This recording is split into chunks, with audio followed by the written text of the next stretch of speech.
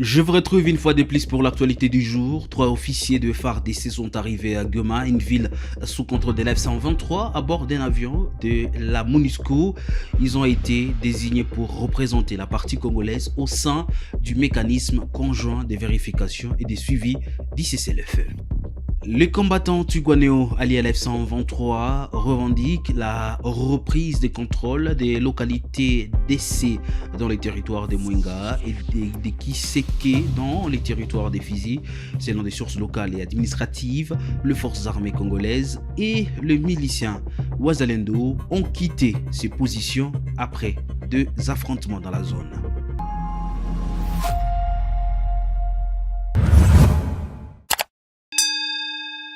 Si c'est pour la première fois, mesdames et messieurs, que vous suivez Kivu Morning Post, abonnez-vous à la chaîne. 3 officiers de forces armées de la République démocratique du Congo FARDC sont arrivés à Goma, chef-lieu de la province du Nord Kivu, à bord d'un vol de la mission de l'Organisation des Nations Unies pour la stabilisation en République démocratique du Congo, MONUSCO.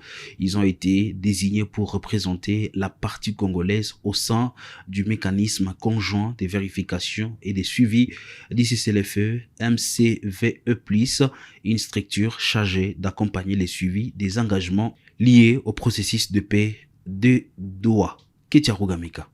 3 officiers de forces armées de la République démocratique du Congo venus de Kinshasa sont arrivés à Goma lundi 13 juillet 2026 via l'aéroport international de Goma. Ces officiers de l'armée sont venus dans le cadre de leur participation au mécanisme conjoint de vérification et de suivi du cessez-le-feu destiné à accompagner la mise en œuvre des engagements du cessez-le-feu issus du processus de Doha. Ces officiers, lieutenant-colonel et 2 majors ont voyagé à bord d'un vol de la mission de l'Organisation des Nations Unies pour la stabilisation en République démocratique du Congo en compagnie de la représentante spéciale adjointe du secrétaire général de l'ONU, Viviane Van de Peer. Dans une correspondance adressée à la MONUSCO, le vice-premier ministre et ministre de l'Intérieur Guy Kabombo Mwadianvita a remercié la mission onusienne pour son appui logistique dans le cadre du déploiement de ses représentants militaires congolais. Je vous remercie de la disponibilité exprimée par la MONUSCO de faciliter par son vol prévu le 13 juillet 2026 le transport vers Goma de 3 officiers de nos forces armées désignés par la partie congolaise comme membres du MCV+, écrit le ministre dans cette correspondance. Les 3 officiers désignés sont les lieutenants-colonels Ben Epoule Kosmas, nommé chef d'équipe, ainsi que le major Lokuli Bonfanda Freddy et Kitoko Dimonekene André, tous 2 membres du mécanisme. Les efforts diplomatiques visant à faire respecter le cessez-le-feu entre les autorités congolaises et l'AFC/M23 sont au point mort. L'AFC/M23 accuse les médiateurs de prendre parti pris. Selon la correspondance officielle, les discussions avec la MONUSCO ont également porté sur plusieurs priorités, notamment la protection des civils, l'appui au mécanisme de suivi du cessez-le-feu et la coordination des actions liées à la mise en œuvre des accords. Je pris note de priorités évoquées, notamment la protection des civils, l'appui du mécanisme de suivi du cessez-le-feu dans le cadre des engagements issus du processus de Doha et de Washington, précise Guy Kabombo Mwadianvita. L'MCV+, vise à renforcer le mécanisme de surveillance du cessez-le-feu et à faciliter la remontée des informations sur d'éventuelles violations dans une région où les combats entre le FARDC et l'AFC/M23 sont régulièrement signalés. Les combattants Twirwaneho alliés à l'F-123 ont repris lundi 13 juillet 2026 le contrôle des localités d'essai dans les territoires de Mwenga et de Kiseke dans les territoires des Fizi secteur d'Itombwe. La reprise de ces localités est intervenue lundi 13 juillet 2026 selon des sources administratives et locales qui affirment que les miliciens Wazalendo et les forces armées congolaises ont été délogés de la zone. Ben Mouhima. Lundi, les combattants des Twirwaneho ont également revendiqué officiellement la prise de Kipupu, chef-lieu du secteur d'Itombwe, après avoir annoncé leur contrôle sur le village de Kiseke, une agglomération située à proximité du chef-lieu du secteur. Kipupu, le secteur d'Itombwe, aussi libéré aujourd'hui le 13 juillet 2026. Les MRDP M23 continuent de protéger les civils. La libération continue pour mettre fin au régime de Kinshasa. Bientôt, les Katanga et d'autres régions a déclaré le colonel Rugabo Fidel, porte-parole des Twirwaneho. Depuis plus d'une semaine, des violents combats sont signalés dans les hauts plateaux de Minembwe. Après la perte de la position stratégique des points zéro, des tensions sont observées dans plusieurs zones, notamment à Kalehe, Fizi Centre et Baraka, où des inquiétudes grandissent face à l'avancée annoncée des combattants des Twirwaneho alliés à la FCM 23. Ces inquiétudes sont également alimentées par des mouvements des militaires de FARDC qui quittent certaines positions dans ces zones. Avant de parler des réalités d'autres entités, les autorités provinciales et urbaines de Goma ont rencontré lundi les responsables des vendeurs de souliers de marché Fondation Irène et Fondation Maman Hortense afin de dissiper les rumeurs faisant état de la fermeture prochaine de ces deux espaces commerciaux. La réunion s'est tenue au musée des Himbi sous la conduite du directeur des cabinets du gouverneur du Nord Kivu, Bahati Musanga Erasto, Sanzamahoro Tegera Vincent, accompagné du directeur des cabinets adjoints Romi Seguio Bahati, en présence du maire de Goma, Désiré Ngabokisuba. Un reportage de la cellule de communication du gouverneur.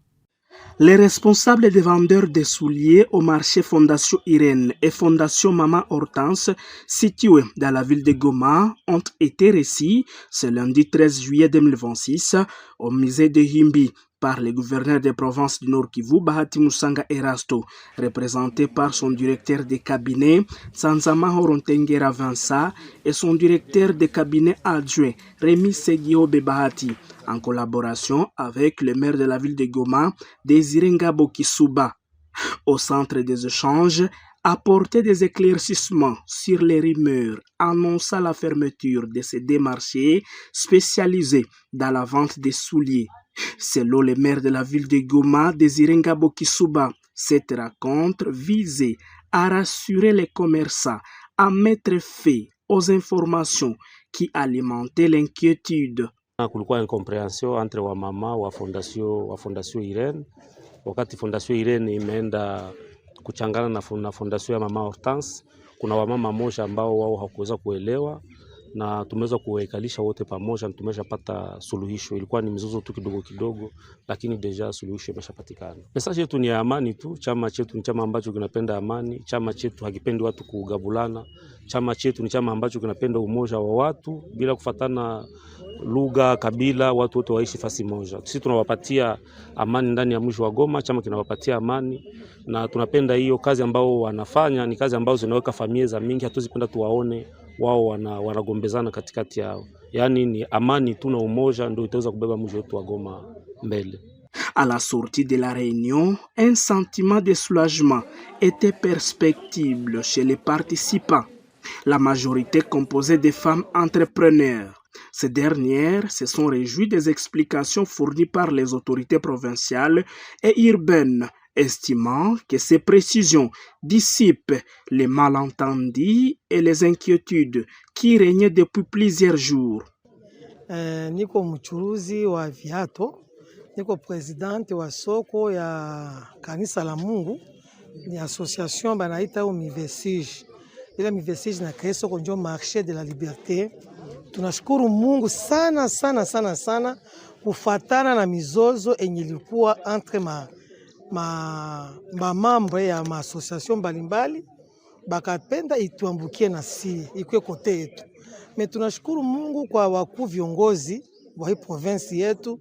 Tunasema Mungu awabariki paske biko banakaribia ba mama na banasikia kila mtu kwa makini na banalamula bitu sawa sawa na ngizi balisikia na ngizi binaonekana.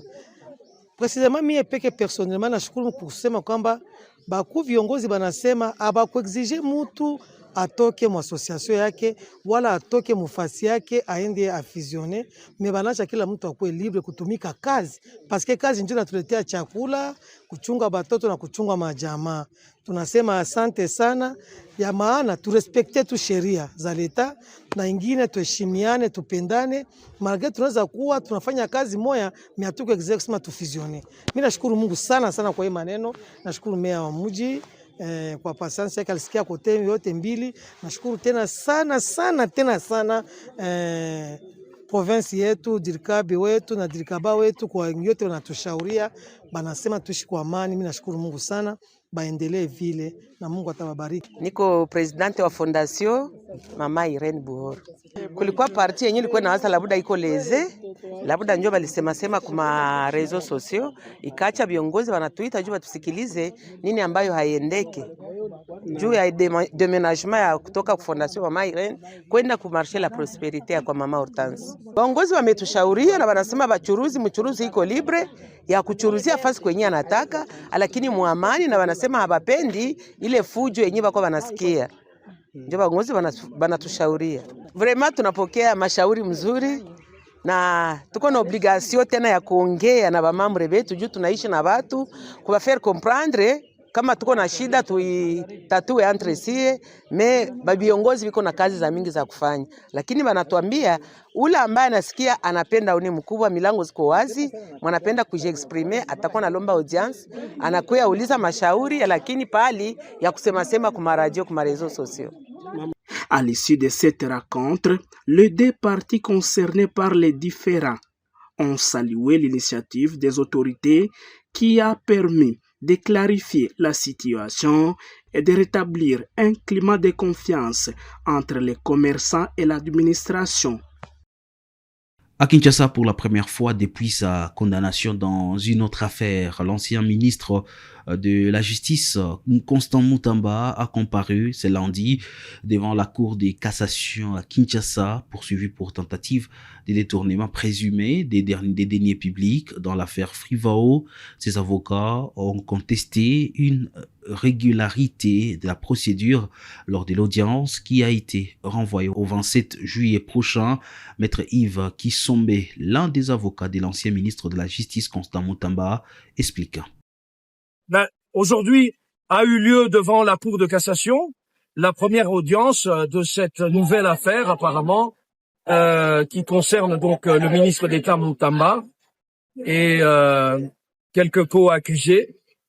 La procédure ne nous a pas plu, nous, de la défense de Constant Mutamba, qui n'a pas été cité régulièrement, qui n'a pas signé de citation à comparaître, alors qu'on prétend que c'est le cas.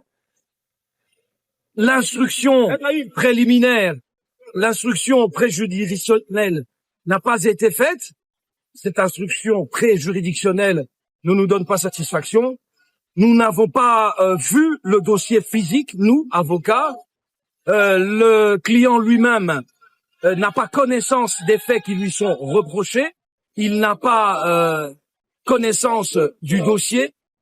Et donc, face à tout ça, la Cour de cassation a accordé donc une remise à la quinzaine.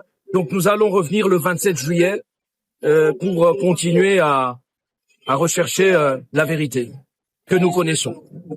Nous restons toujours à Kinshasa. La coalition article 5 propose l'organisation d'un dialogue civique avant l'ouverture d'un dialogue politique en République démocratique du Congo autour, bien évidemment, des questions institutionnelles, notamment celles liées à la Constitution.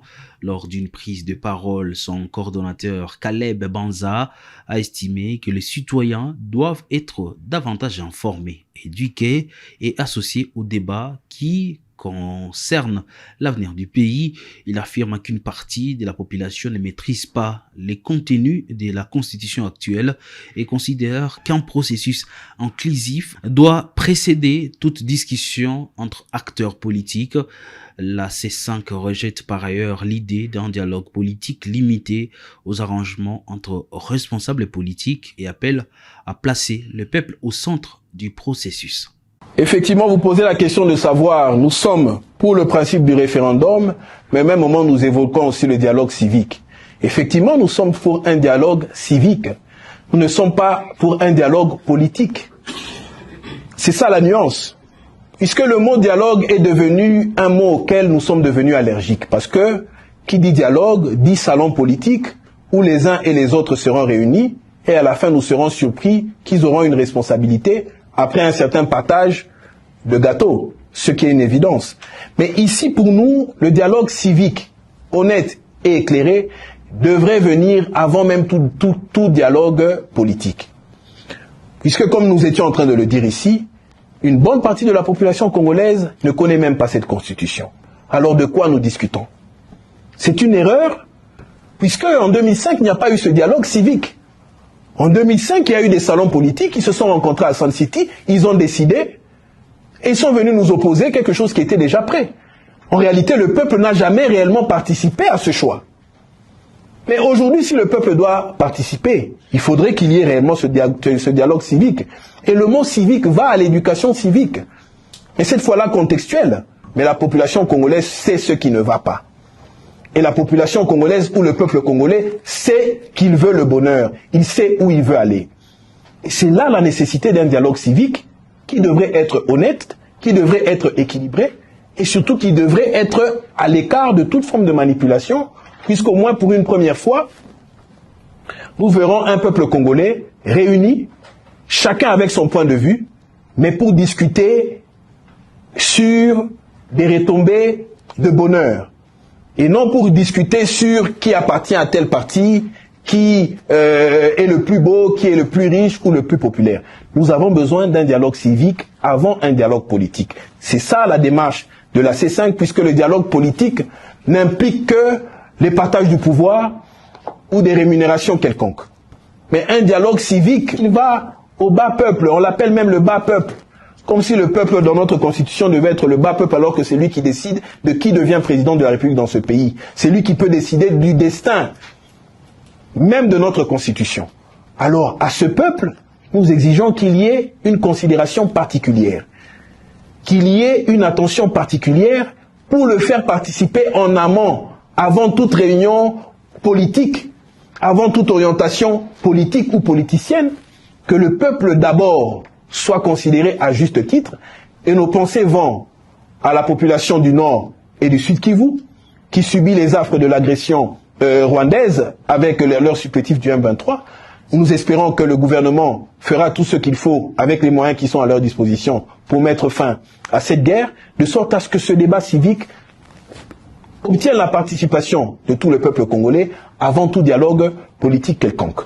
On parlait santé à présent. Les patients atteints d'Ebola au centre des traitements Ebola des Rwampara dans la périphérie de Bunia sont confrontés à une prise en charge difficile après la suspension des activités de plusieurs prestataires engagés dans la riposte. Ces agents réclament le paiement de plusieurs semaines d'arriérés de salaire, affirmant ne plus être en mesure de poursuivre normalement leur mission. Ces patients pris en charge dans ces centres livrent ici son témoignage sur les conditions de séjour. Kwa jumla leo kenye nashangaza wewe sana iko na kitu gani hapa kuseteni? Kitu nye nashangaza ni sana na watu wengine vile tunakonstate hapo sasa banganga hapa hospitali. Tuko na banganga wengine biko pita mbalimbali biko nasema biko na probleme ya greve.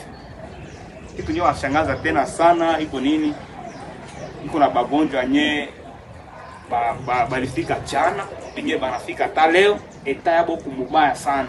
Kuna bengine tukasikia vile sauti wao biko itaita munganga basi biko ikala pale dawa pana panganga pana hapa ndani ya nini ndani ya centre ya treatment.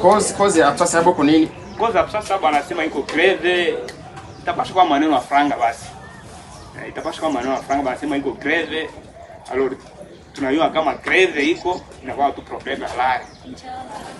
Alors bagonjwa vile bado etia dawa chakula nini kitu mingi ile sasa fait combien de temps ile maneno unajiproduire hapa kusete hiyo depuis siku gani? Iko depuis leo mambo depuis tulifika hapa balikamata sweat mzuri sana ndio natia vile viko ongea hivi sasa leo tu banganga pana mimi na regrete sana kusora bagonjwa nye bado pona biko kabisa balifika jana na benye balifika leo. Proposition yako unaweza kuwa namna gani hivi bapata solution na bakubwa unaweza kupropose nini? Mambo solution inaomba atuka bakubwa batafute solution irjama isipite ta 48 heures juu iko maneno ya malali deja sante ya batu ko deja a danger.